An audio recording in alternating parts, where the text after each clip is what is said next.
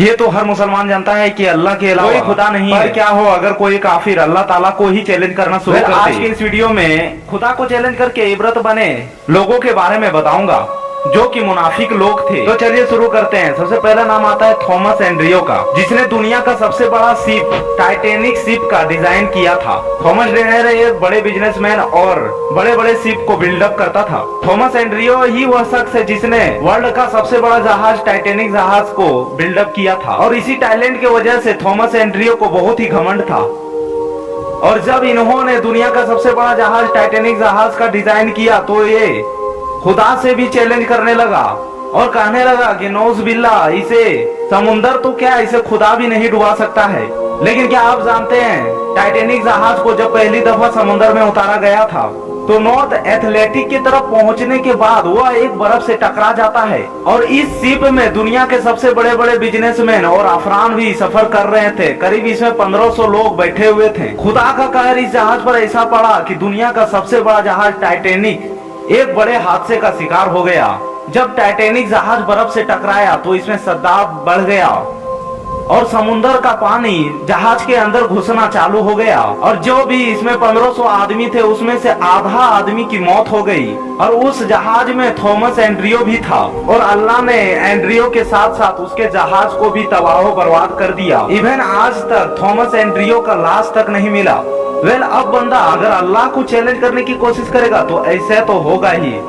नमरूद, शायद ही दुनिया का कोई ऐसा मुसलमान होगा जो नमरूद को ना जानता हो। ये अपने जमाने का सबसे जालिम और जाबिर बादशाह था।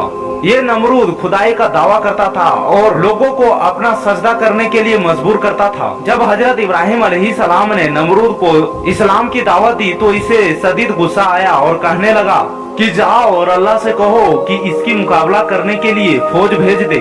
सिर्फ इतना ही नहीं, यह वही खबीज था जिसने हजरत इब्राहिम अलैहिस्सलाम को आग में डाल दिया था।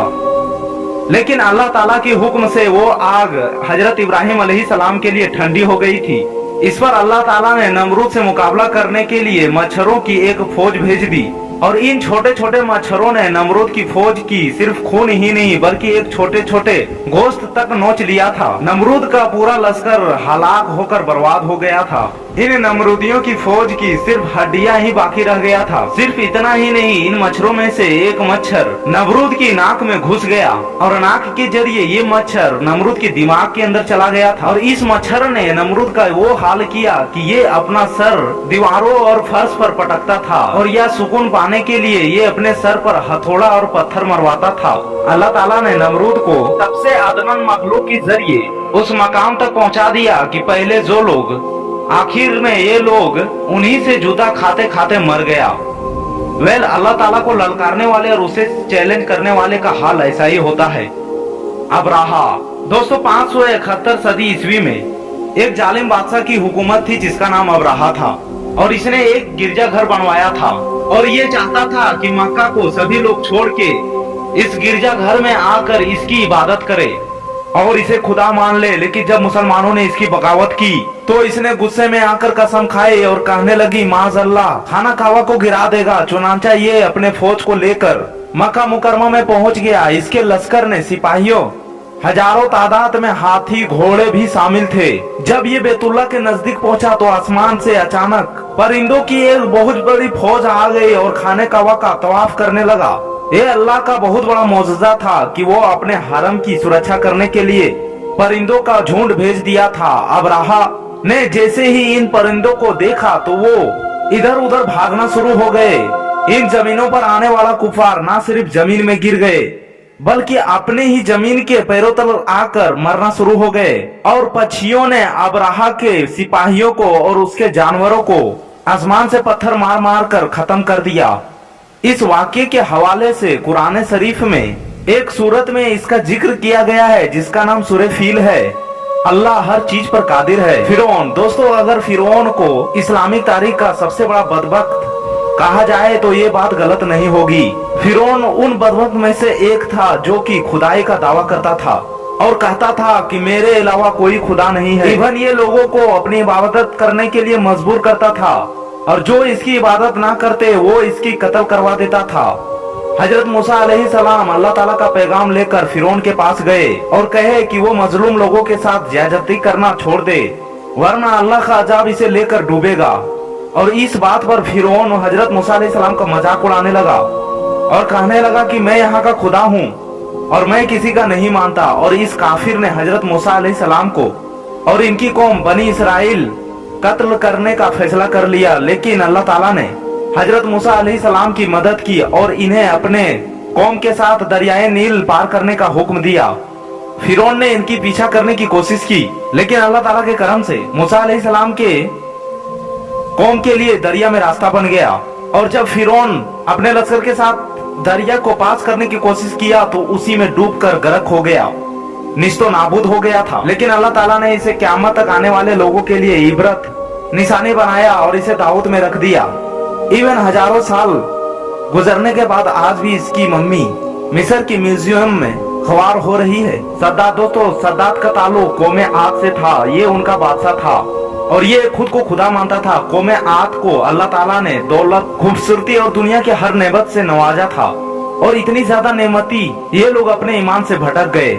लेकिन अल्लाह ताला ने इसे हिदायत देने के लिए हजरत हूद अलैहिस्सलाम को भेज दिया। जब हजरत हूद अलैहिस्सलाम ने सद्दात को अल्लाह ताला के रास्ते पर चलने के लिए बोला तो ये अपनी तौहीन करने लगा और हजरत हूद अलैहिस्सलाम से सवाल करने लगा कि वो इस्लाम को कबूल कर ले तो इसे क्या मिलेगा। तो हजरत हूद अलैहिस्सलाम ने इसे कहा कि इसके बदले में इसे जन्नत मिलेगी और सद्दात को जन्नत की सारी नेमतों के बारे में बताया। तो वो हंसने लगा और बोला कि ये तो कौन सी बड़ी बात है, ऐसी जन्नत तो मैं खुद भी तैयार कर सकता हूँ। और इस कनभक्त ने अल्लाह का मुकाबला करते हुए अपनी सल्तनत पर पूरी जन्नत कायम करवाई और इसका नक्शा वैसे ही रखा जैसा कि हजरत हूद अलैहिस्सलाम ने इसे बताया था। इसने अपनी जन्नत को दुनिया की हर नेमत से आरास्ता कर दिया। लेकिन सद्दात जब जन्नत में दाखिल होने लगा तो इनके दरवाजे पर मलकुल मौत खड़े थे और सद्दात ने जब मलकुल मौत को देखा तो ये गिड़गिड़ाने लगा और कहने लगा कि जन्नत में दाखिल होने की मोहलत दे दी जाए। लेकिन इसके अंजाम का वक्त अल्लाह ताला ने मुकर्रर करके रखा था और ये अपनी बनाई हुई जन्नत में जाने से पहले ही मारा गया। इससे बेहतर सजा और क्या हो सकती है।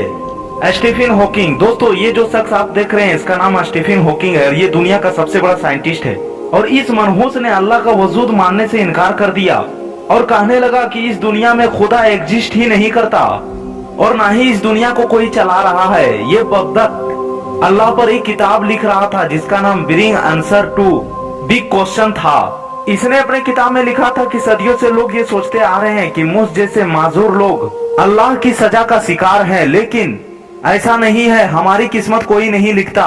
इवन इस काफिर ने ये भी कहा कि मरने के बाद इंसान के साथ कुछ नहीं होता है और जन्नत भी कोई चीज नहीं है। इसने ऐलानिया की ये बात कही, माज़अल्लाह खुदा का कोई वजूद नहीं और ये किसी खुदा पर यकीन नहीं रखता। लेकिन इसे पता ही नहीं कि जिस जात के बारे में ये बंदा इतनी बकवास कर रहा है उसके एक इशारे पर ये तो क्या पूरी दुनिया फना हो सकती है। इस हैवान पर अल्लाह का अजाब ऐसा नाजिल हुआ कि जिस रात ऐसी बात की उसने कोल बके थे उसी रात ये अपनी चेयर पर मरा हुआ पाया गया था। इस शख्स का मौत का राज पूरी दुनिया के लिए इबरत है कि जो शख्स अल्लाह से चैलेंज करता है उसका हाल ऐसा ही